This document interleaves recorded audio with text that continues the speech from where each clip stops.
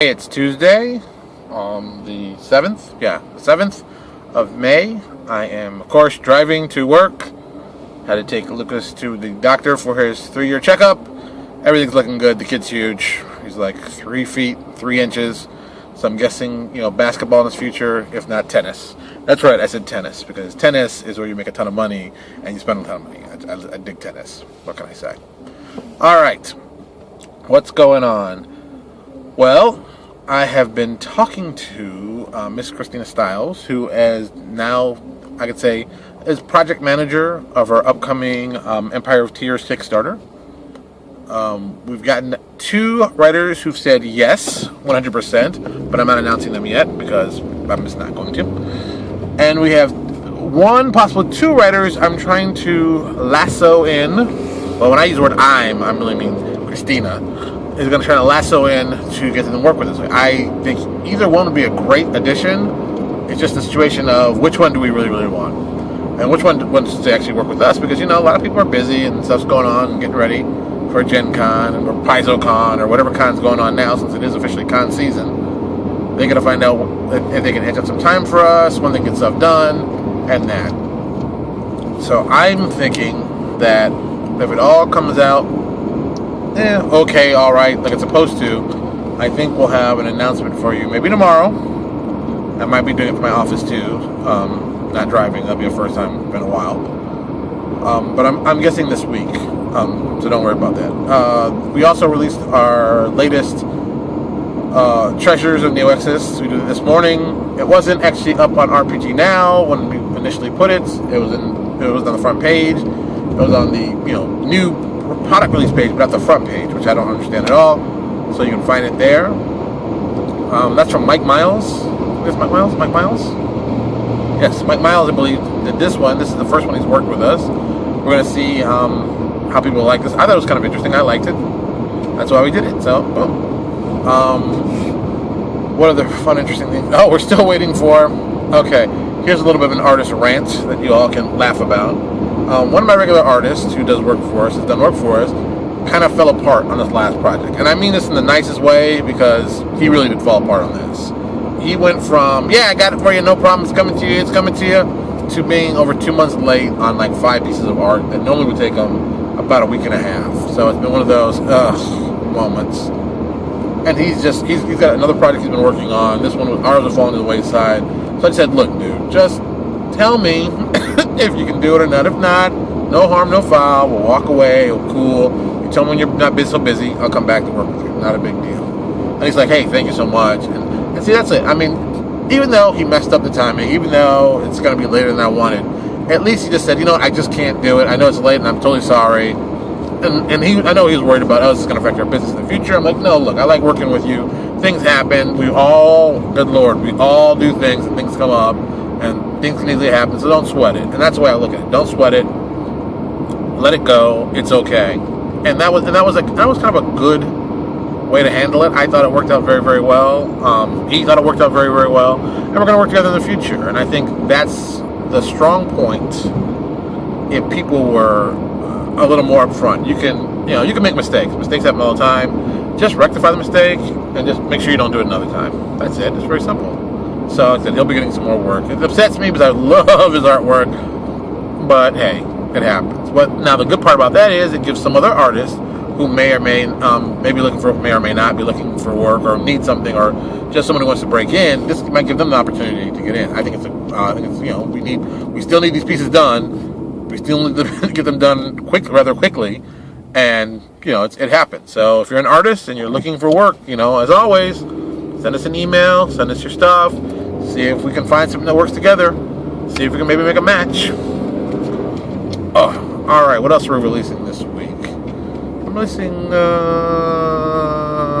I see it in my head, oh, that's right, Adventure Path Iconics, for Path of the Wicked, for Way of the Wicked.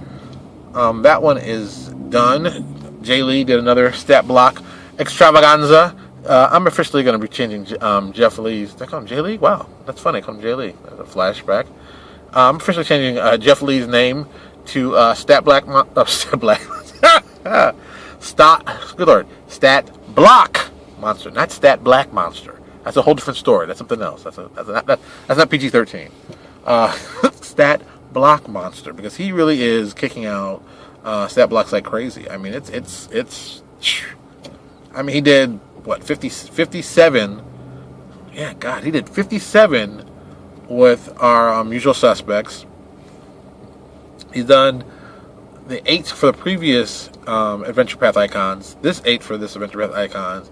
I know he's working on Cyrix, our big, what people have described as our big robotic-looking Necron-ish robot guy with the floating base that you've seen on the cover of the Hive book. Something else we got to work on.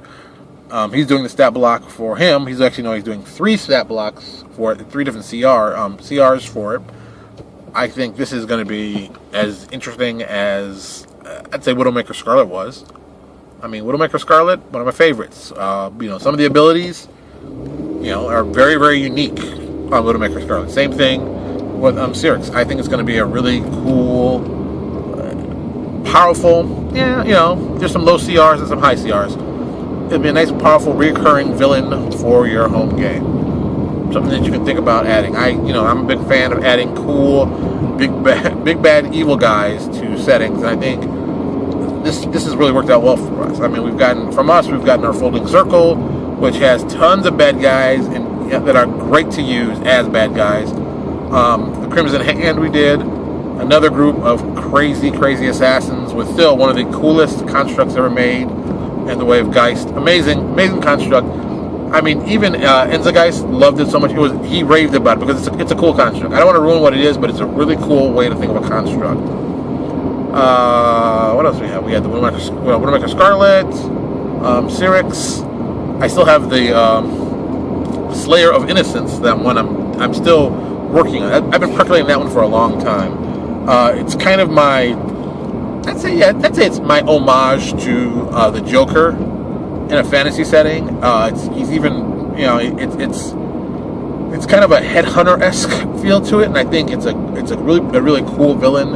I think people would like playing against him. I think his motivations make it very easy to make him a bad guy, and I still have to. And this comes down to another issue that I've had is the premise I've had with him was that he was going to be a headhunter. And headhunter of children, which is, of course, your people are like, whoa, that's kind of crazy. It plays into his history, but that wasn't the issue I was talking about. The issue I'm really thinking about is, how would you do a headhunter class?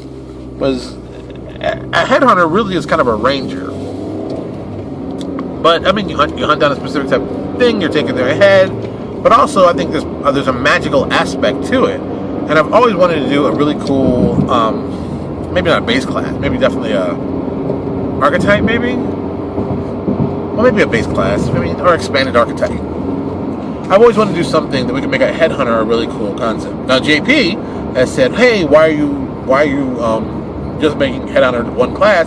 You can have a headhunter magic user, a headhunter this and that. And I've been seeing it's very different. I think a headhunter is a very specific and very focused group of skills, but it's kind of one of those, it can go either way.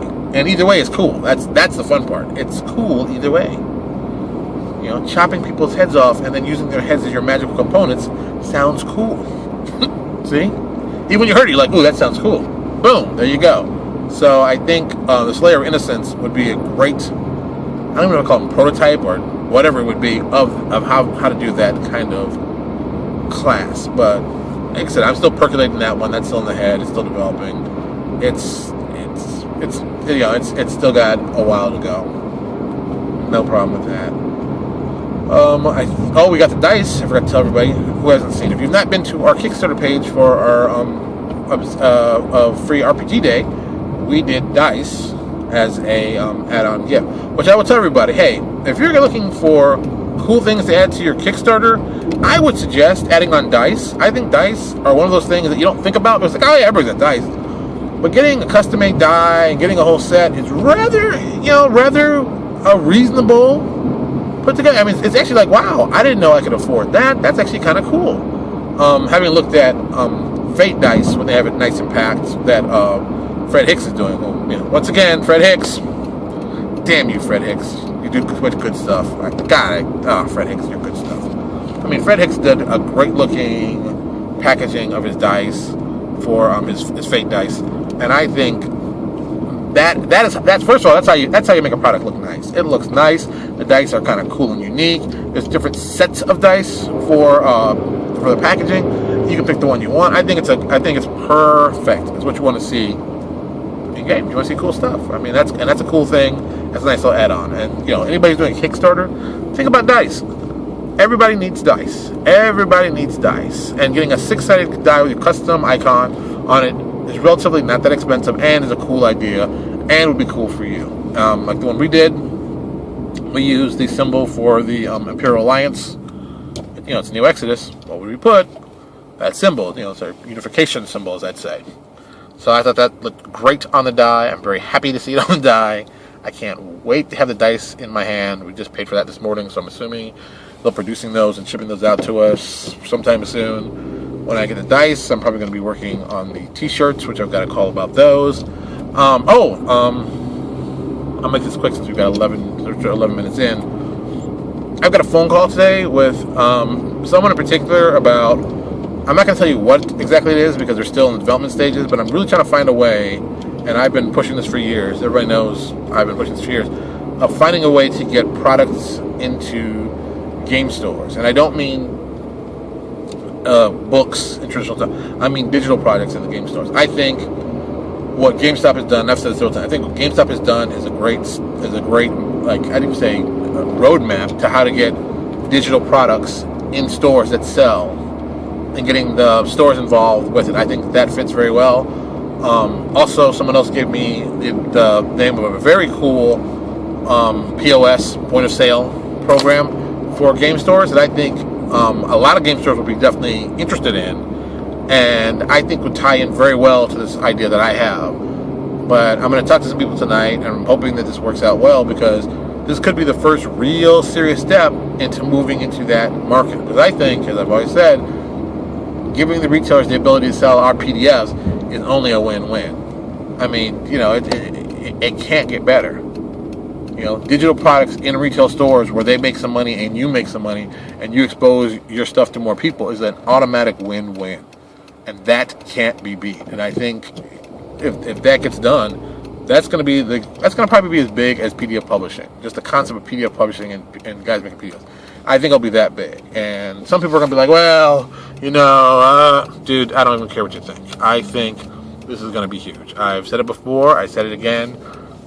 Selling digital products online is great. There's a lot of people who don't even know that we exist.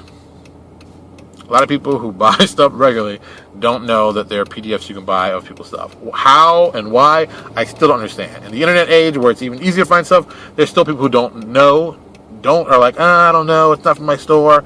And more important, some people want to support their store, so I'm all for that.